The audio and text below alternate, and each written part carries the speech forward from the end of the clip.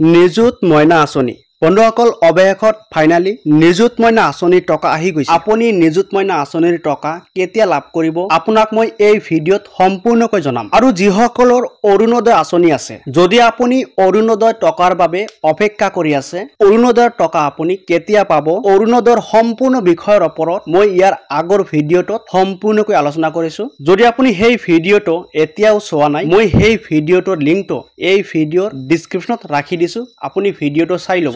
এইখিনিতে মন কৰিব, আঁচনি সম্পৰ্কে যদি আপোনালোকে কিবা জানিব বিচাৰে আপোনালোকে মোৰ ফেচবুকত যোগাযোগ কৰিব। ফেচবুকৰ লিংকটো মই এই ভিডিঅ'ৰ ডেসক্ৰিপচনত ৰাখি দিছো।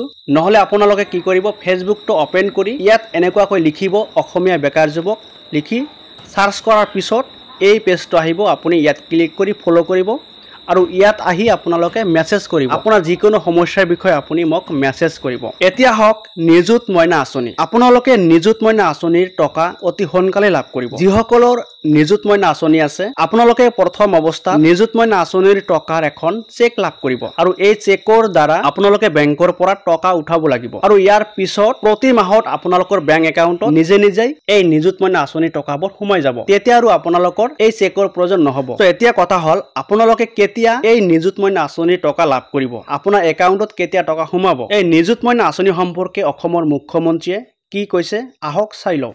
ঠিক সেইদৰে নিযুত মইনাৰো আমাৰ অসমৰ প্ৰায় ৩.৫ লাখ ছাত্ৰীয়ে এইবাৰ নিযুত মইনা আঁচনিৰ সুবিধা লাভ কৰিব। নিযুত মইনা আঁচনিৰো আমি যিহেতু প্ৰথম কিস্তিৰ ধন আমি চেক যোগে দিওঁ, বেংকক আমি চেকসমূহ বনাব দিছো।